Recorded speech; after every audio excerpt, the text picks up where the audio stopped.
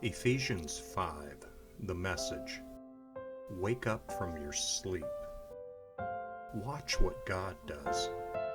Then you do it, like children who learn proper behavior from their parents. Mostly what God does is love you. Keep company with Him and learn a life of love. Observe how Christ loved us. His love was not cautious, but extravagant. He didn't love in order to get something from us, but to give everything of Himself to us. Love like that. Don't allow love to turn into lust, setting off a downhill slide into sexual promiscuity, filthy practices, or bullying greed. Those tongues just love the taste of gossip. Those who follow Jesus have better uses for language than that. Don't talk dirty or silly. That kind of talk doesn't fit our style. Thanksgiving is our dialect.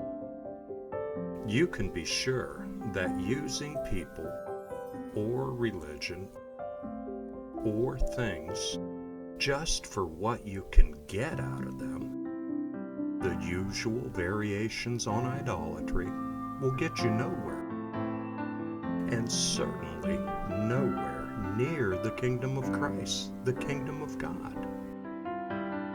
Don't let yourselves get taken in by religious smooth talk.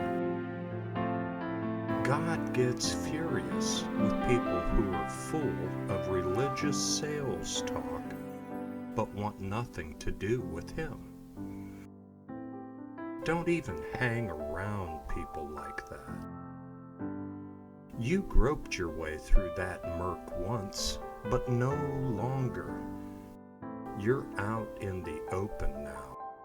The bright light of Christ makes your way plain. So, no more stumbling around. Get on with it. The good, the right, the true. These are the actions appropriate for daylight hours. Figure out what will please Christ and then do it. Don't waste your time on useless work, mere busy work, the barren pursuits of darkness. Expose these things for the sham that they are. It's a scandal when people waste their lives on things they must do in the darkness where no one will see. Rip the cover off those frauds and see how attractive they look in the light of Christ. Wake up from your sleep, climb out of your coffins. Christ will show you the light. So watch your step. Use your head. Make the most of every chance you get. These are desperate times. Don't live carelessly, unthinkingly.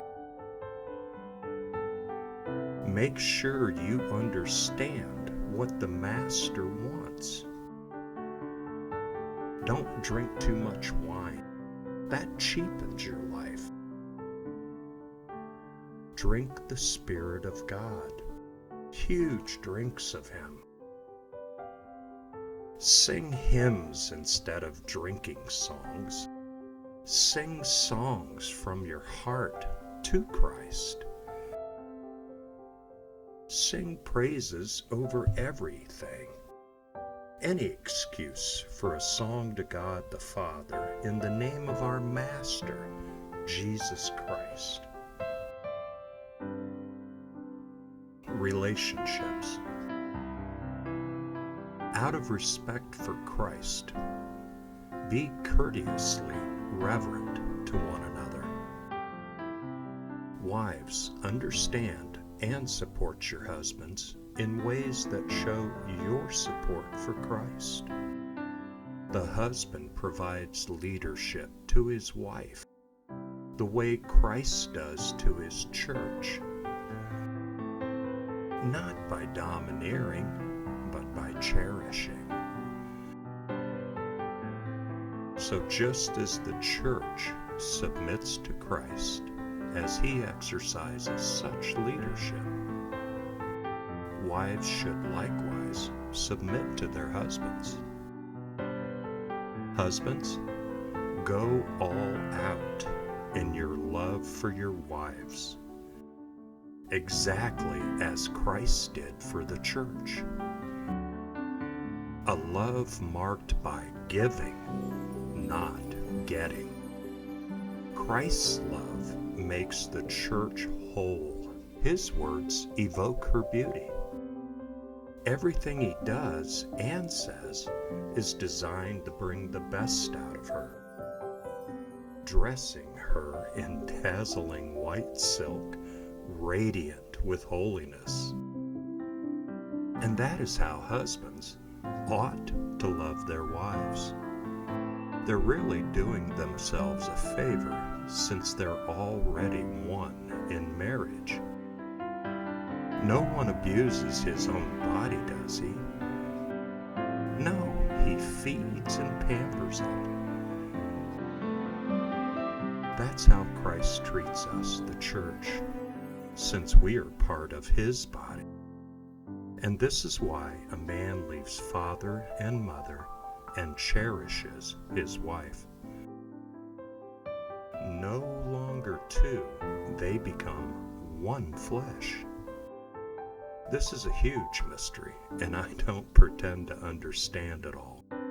What is clearest to me is the way Christ treats the church. And this provides a good picture of how each husband is to treat his wife, loving himself in loving her, and how each wife is to honor her husband. If you enjoyed the video, I pray that you'd like, subscribe, and hit that notification bell. Be blessed.